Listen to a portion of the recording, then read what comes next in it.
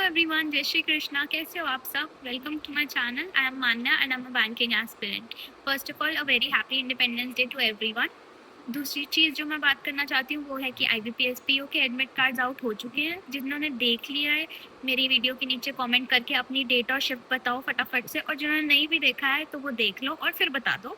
मैं बात करूँ अपने एग्ज़ाम की, तो मेरा एग्ज़ाम 22 अगस्त को फर्स्ट शिफ्ट में है, दैट इज़ 8 AM जो है मेरा रिपोर्टिंग टाइम है, और मेरा मोहाली में एग्ज़ाम है। अगर आप में से कोई है जो मुझे देख रहा है और उसका भी एग्ज़ाम मोहाली में है तो प्लीज़ मुझे बताना आपकी कौन सी शिफ्ट है और कौन सी डेट है। उसके बाद मैं बात करना चाहती हूँ SBI क्लर्क की जो नोटिफिकेशन आई थी उसके बारे में। मैंने उसके लिए कोई डेडिकेटेड वीडियो सेपरेटली नहीं बनाई क्योंकि वो काफ़ी डिसहार्टनिंग था। अब बहुत सारे बच्चे ऐसे थे जिनका SBI PO अच्छा नहीं हुआ, तो उन्होंने सोचा कि आगे बहुत सारे एग्जाम से बचे हैं।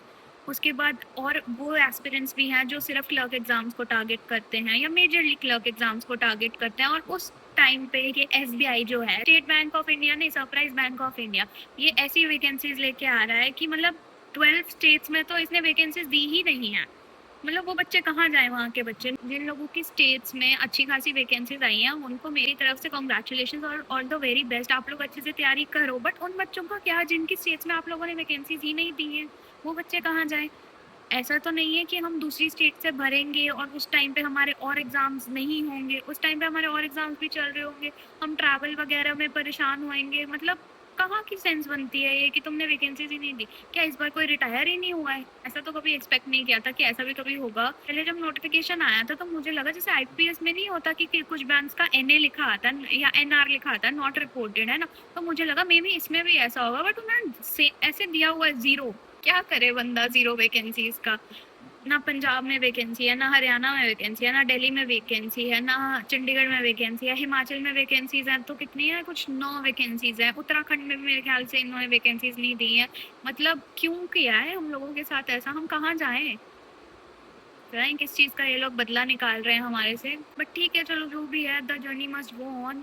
मैं तो अभी एग्ज़ाम नहीं भरूंगी, नहीं टारगेट कर पाऊंगी, क्योंकि मेरी जो आसपास की स्टेट्स हैं या मेरी जो स्टेट, जिस स्टेट से मैंने भरना था, वहाँ पे तो वैकेंसीज है नहीं। और कहीं अगर दूर जाऊंगी तो मेरे लिए पॉसिबल नहीं होगा वो एट द एग्ज़ाम टाइम, तो इसलिए इस एग्ज़ाम को तो मैंने अपनी लिस्ट से निकाल दिया है फ़िलहाल इस साल के लिए। एंड आई होप कि अगले साल भी मुझे एग्ज़ाम टारगेट ना करना पड़े, मेरा कोई ना कोई एग्ज़ाम इस साल हो जाए क्लियर। और उसके बाद मैंने 2 मॉक्स लगाए थे आज, तो उस मॉक्स के स्कोर भी मैं आपके साथ अभी यहीं पे शेयर कर देती हूँ। दोनों ही मॉक्स जो मैंने लगाए थे गाइडली पे से लगाए थे। एक था IBPS PO प्री का मॉक था, वो लाइव चल रहा था गाइडली पे, एक मैंने वो मॉक दिया, और दूसरा मॉक मैंने NICL असिस्टेंट का दिया। अगर आप सब में से किसी ने NICL का फॉर्म भरा है या NICL को टारगेट कर रहा है तो प्लीज़ कमेंट करके अपना स्कोर बताना अगर आपने भी ये वाला मॉक लगाया है। ये NICL असिस्टेंट का मॉक था जो कि गाइडली पे था। मॉक नंबर 5 था ये 2026 का। दोनों ही मॉक्स में मेरा इतना कुछ खास स्कोर नहीं आया। अगर मैं आपको स्कोर बताऊं तो IBPS PO वाले में मेरा 53 मार्क्स आए हैं, जिसमें मेरे इंग्लिश में 19 मार्क्स थे, क्वांट में 12 मार्क्स थे और रीजनिंग में 22 मार्क्स थे। आई बिलीव रीजनिंग में बहुत अच्छा कर सकती थी, बट रीजनिंग में पता नहीं मैं पजल्स में स्टक हो गई। उसके बाद जो NICL असिस्टेंट का मॉक था 2026, मॉक नंबर 5 था, जिसमें मेरे 61.75 स्कोर आया है, और जो मेरा मतलब सेक्शन वाइज स्कोर है वो है 19.5 इंग्लिश में, क्वांट्स में 15 और रीजनिंग में 27.5। और एक लास्ट चीज़, मेरे पास ना बहुत सारे कमेंट्स आ रहे थे इंग्लिश से रिलेटेड कि आप इंग्लिश के लिए क्या करते हो, इंग्लिश की आपकी क्या स्ट्रैटेजी है, इंग्लिश का स्कोर कैसे बढ़ाएं, इंग्लिश का सेक्शन कैसे अटेम्प्ट करें। तो इंग्लिश के लिए सबसे बड़ी एडवाइस जो मैं देना चाहूँगी वो ये रहेगी कि इंग्लिश को सिर्फ वोकैबुलरी और रूल्स रट कर मत करो। अगर आप इंग्लिश को जेन्युइनली इंप्रूव करना चाहते हो तो अपने अंदर रीडिंग की हैबिट इंस्टिल करो। रीडिंग से आपको 3 बेनिफिट्स होंगे। एक तो आपकी देखो RC अच्छी होगी, रीडिंग स्किल्स अच्छी होंगी, आपकी RC कॉम्प्रिहेंशन ऑटोमेटिकली इंप्रूव होगी, आपकी वोकैबुलरी इंप्रूव होगी, और जो सबसे बड़ा एडवांटेज आपको मिलेगा वो आपको रहेगा सेंटेंस अंडरस्टैंडिंग का। जैसे कोई भी सेंटेंस आएगा तो आप उसको रीड करके समझ पाओगे कि उस सेंटेंस का सेंस कैसा है, वो नेगेटिव है या पॉजिटिव है।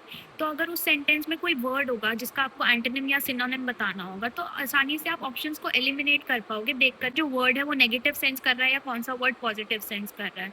और दूसरी चीज़ मैं ये कहूँगी, जब आप मॉक्स लगाते हो, मॉक्स लगाते टाइम आप वो नंबर ऑफ क्वेश्चंस या स्पीड से ज़्यादा प्रायोरिटी अपनी एक्यूरेसी को दो, तो वो भी आपको बहुत बेनिफिट करेगा।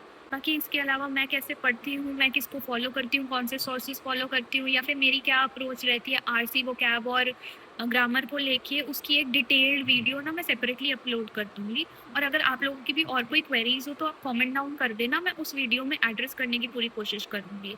सो that's it for the video. Thank you for watching and please do like the video and subscribe to the channel. Okay, bye.